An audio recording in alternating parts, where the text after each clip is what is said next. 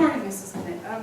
Is Mr. Bashworth in? He's had visitors. I believe he's at the gate saying goodbye. Oh, give me a glass of water, will you? I need him to take 2 of these tablets to relieve his headache.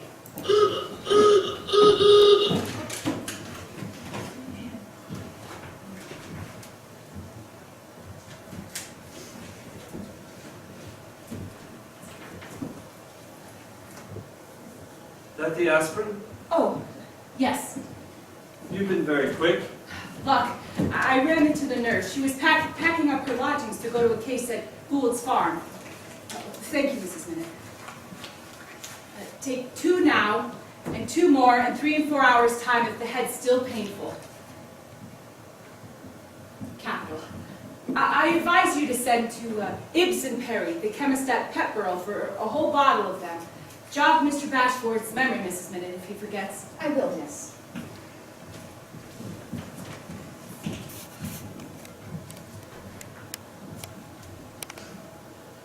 That's it. You ought to keep quiet after a dose of aspirin. Good morning.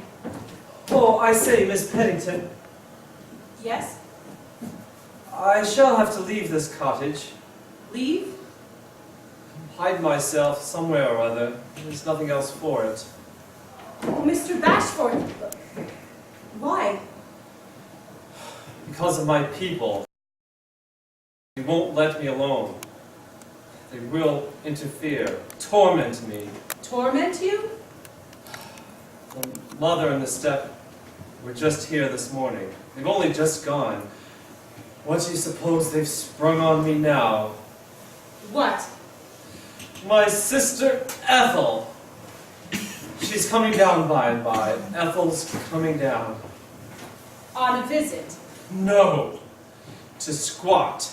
To dig herself in permanently. Won't that be nice for you?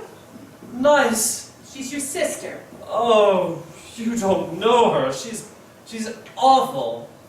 She's older than I am and a tyrant, a meddlesome tyrant. Shame. Vinegary one, too. But she knows she's a failure, and that makes her acid. She'll never get a husband. Her nose will always stand in her way. Her nose? The most assertive nose to ever adorn a human countenance. Ha! I see their games, mother and the steps. This will provide a fresh opening for Ethel's activities and rid them of her at home. Oh, wouldn't things hum in the village if Ethel were to ever place her foot here? Oh.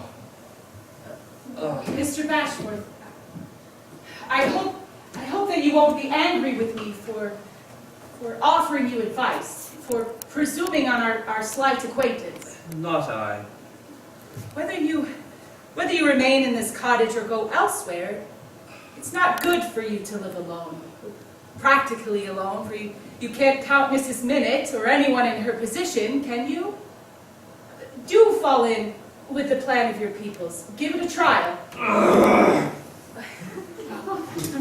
I'm sure you are unjust to your sister. In spite of the hard things you say about her, she must be a kind woman to be ready to exchange London for Fiddlehurst. She must be.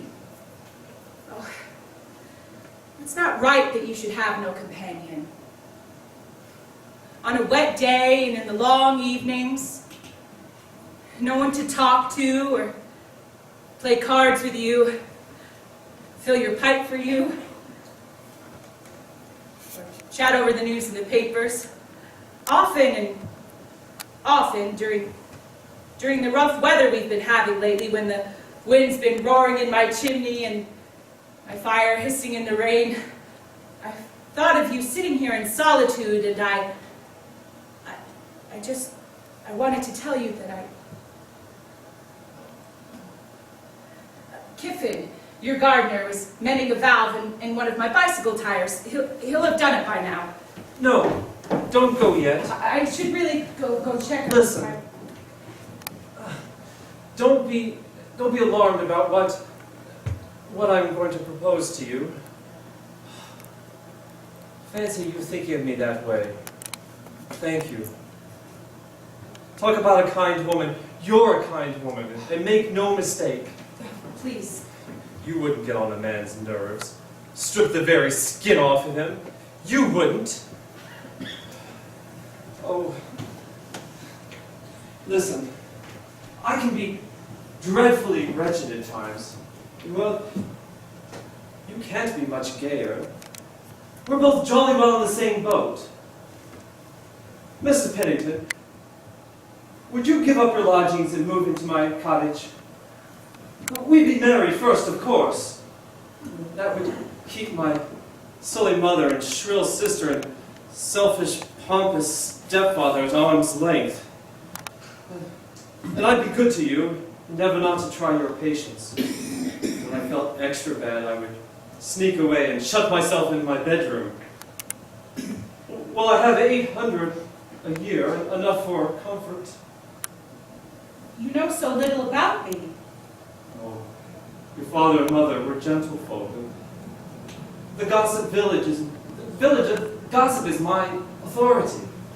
You asked me to marry you, to keep your people at arm's length, but there must be a dozen smart, pretty girls in London in your own set. Pretty girls. Pretty. It's the pretty girls I splashed about with in town that I can't face.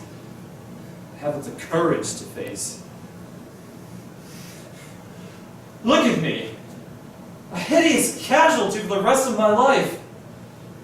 Eligible husband for a pretty girl I am. I understand.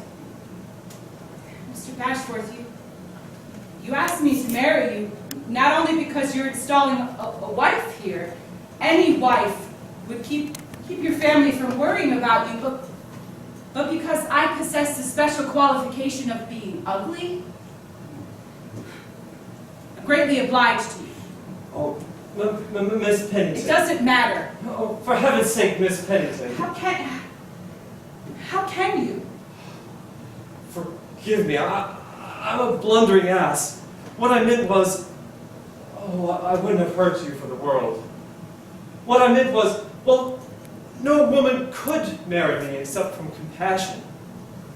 And the girls in my set, as you call them, are not the type to give up their dancing and racketing to devote themselves to a helpless, unsightly, neurotic chap such as I've become.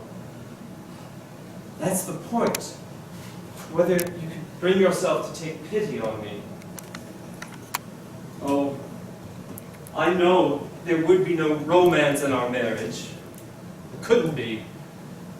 But we could be pals, you and I.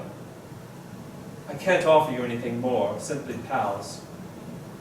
Oh, I'm so sorry I hurt you. Don't be. Stupid of me to be upset. As if I wasn't aware of my ugliness. It's still a shock to be told of it so bluntly, for of course I see through your excuses. They wouldn't deceive anyone. Damn! Damn! One recommendation I venture to make, Mr. Bashforth, if ever again you approach an ugly woman in this way, bear in mind that even ugly women, conscious as they may be of their defects, have their dreams. Their dreams. Dreams? Daydreams as well as night dreams. Golden dreams. Merciful dreams. Merciful. Dreams.